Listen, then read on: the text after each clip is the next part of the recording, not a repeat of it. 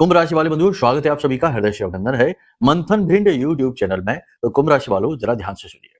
अक्सर आपने बहुत सारे वीडियोस मोबाइल में देखे होंगे, प्रोग्राम देखे होंगे, तो बताते हैं लोग कि यहाँ दीपक जला दो तो धन वर्षा हो जाएगी, ये तिलक लगा लो तो इससे दुनिया वशीकरण हो जाएगा, दुनिया का आप विश्व विजेता हो जाएंगे, यहाँ से प्रेम की बरसात होगी, ये उपाय कर लो, ये टोना टोटका कर लो, इस क्रिया को, इस उपाय को, इस दिए को यहाँ ये कर लो, इसको दाना दान डाल दो मछली को, ये वो 500 तरीके की बातें आपने सुन रखी हैं। कुछ बातों पर आपने अमल भी किया होगा, लेकिन क्या कोई फायदा हुआ? नहीं, कोई फायदा नहीं हुआ। कभी आपने सोचा क्यों? फिर आपको मन में ऐसा भी लगता होगा कि अरे ये सब बातें तो बकवास हैं, कुछ भी नहीं होता। बातें तो सब हैं, क्योंकि जहां धुआं है वहां अग्नि तो होगी। इसका मतलब ये है कि आपने जब ये बातें सुनी हैं तो ये बातें फलित होती होंगी, लेकिन ये बातें आपके जीवन में फलित क्यों नहीं होती हैं? इसका एक बड़ा कारण बता देते हैं।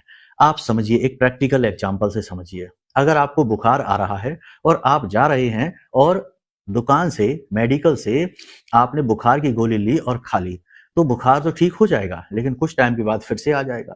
ऐसे ही आप गोली खाते रहिए बुखार की और बुखार जाता आता रहेगा, लेकिन आप स्वस्थ नहीं होंगे, उल्टा और बीमार हो जाएंगे।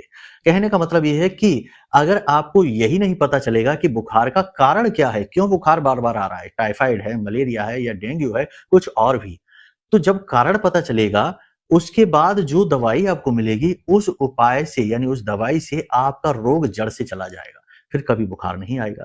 तो कुंडली का आकलन जो है वो यही कार्य करता है। अब जो आपने उपाय सुन रखे हैं वे सारे उपाय काम करते हैं, लेकिन वो काम तभी करेंगे जब आपकी कुंडली के अनुसार हो।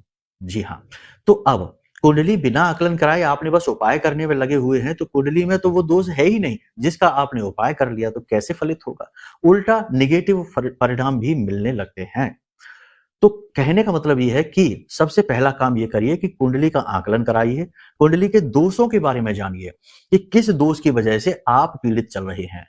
अलग अलग दोषों के अलग अलग पीड़ाएं होती हैं, और उस दोष का उपाय करिए जो हम आपको बताएंगे।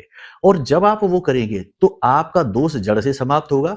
फिर उसके जो लक्षण है, संकेत हैं कि मन बेचैन रहना, धोखे प्राप्त होना, धनहीनता होना, असफलता होना, ये सारे अपने आप गायब हो जाएंगे और आपका जीवन सरल मार्ग में चलने लगेगा। आप समझ रहे होंगे हमारी बात हम क्या कह रहे हैं। अब आप ये मत सोच लेना कि ये बातें तो सामान्य सी हैं, ये बहुत विशेष बात है।